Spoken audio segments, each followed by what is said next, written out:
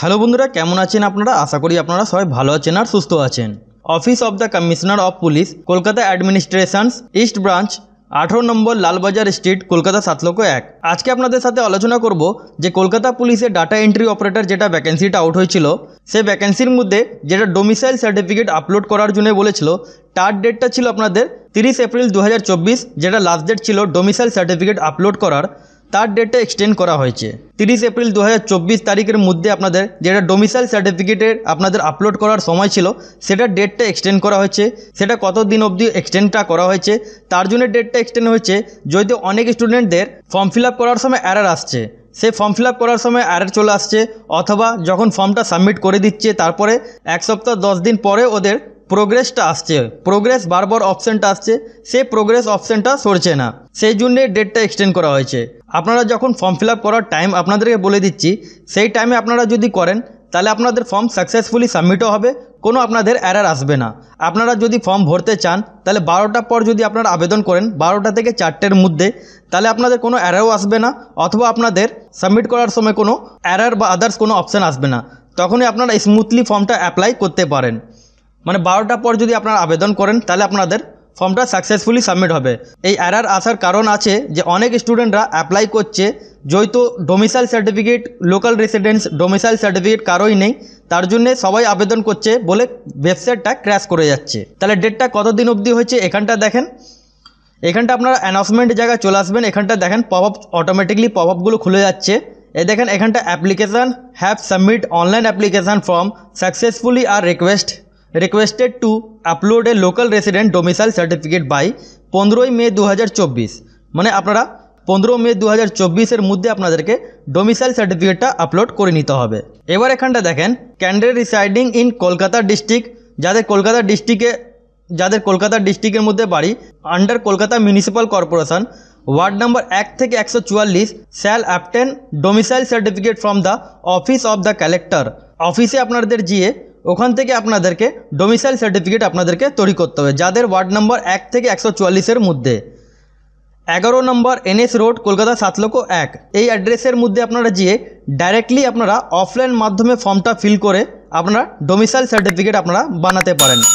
আপনাদেরকে অনলাইন আবেদন করার দরকার পড়বে না, যেহেতু এখানে অ্যানাউন্স করা হয়েছে যে 1 থেকে 144 মধ্যে যাদের ওয়ার্ড নাম্বার চলে আসে, তারা এই অ্যাড্রেসে গিয়ে 11 নম্বর NS রোড, কলকাতা 7,01,000, এখানে যে আপনাদেরকে ডোমিসাইল সার্টিফিকেট বানাতে হবে।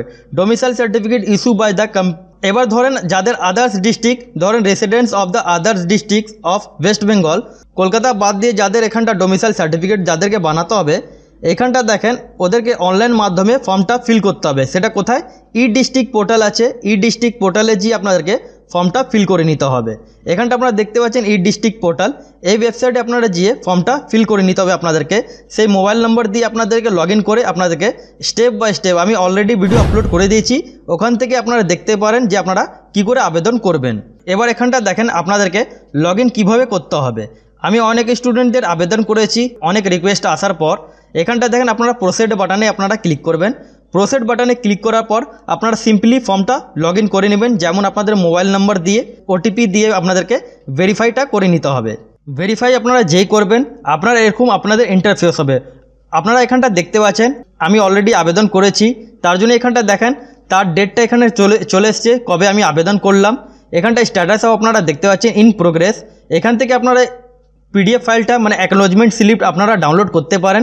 এখান থেকে আপনারা স্লিপটাও দেখতে পারেন যে আমি অলরেডি আবেদন করেছি। আমি যেটা আবেদন করলাম রাত 12টার পর আমি ফর্মটা আবেদন করলাম, কোনো এরর আসলো না, আর ওখানে সাকসেসফুলি সাবমিট ফর্মটা হয়ে গেল। সাকসেসফুলি সাবমিটের এখানটা আপনারা দেখতে পাচ্ছেন AIN নাম্বার যেটা হলো, সে AIN নাম্বারটাও এখানটা চলে এসছে। তাছাড়া এখানটা দেখেন অ্যাপ্লিকেশান সাবমিটেড 1, এখানটা আপনারা অপশান দেখতে পাচ্ছেন সাবমিট, এখানটা ফর্মটা যেটা হয়েছে এখানটা অপশানটা চলে এসছে। অথবা আপনারা ট্র্যাক কেস স্ট্যাটাস আপনারা চেক করতে পারেন।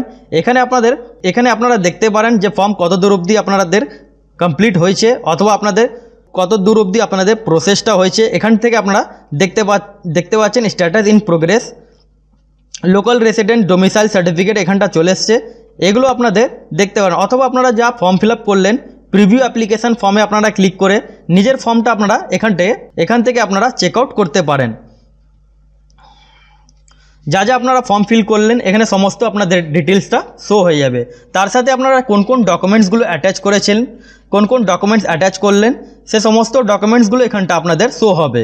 এখান থেকে আপনারা সব ডকুমেন্টস যা যা আপলোড করেছেন সমস্ত আপলোড ফাইলটা আপনাদের চলে আসবে। তাহলে আপনাদের এটা একদিক থেকে খুবই ভালো সুবিধা হলো, যেহেতু ফর্মের লাস্ট ডেট এই মাস অবধি ছিল ডোমিসাইল সার্টিফিকেট আপলোড করার, ডেটটা এক্সটেন্ড করা হয়েছে 15 মে 2024 আগে আপনাদেরকে আপলোড করে নিতে হবে।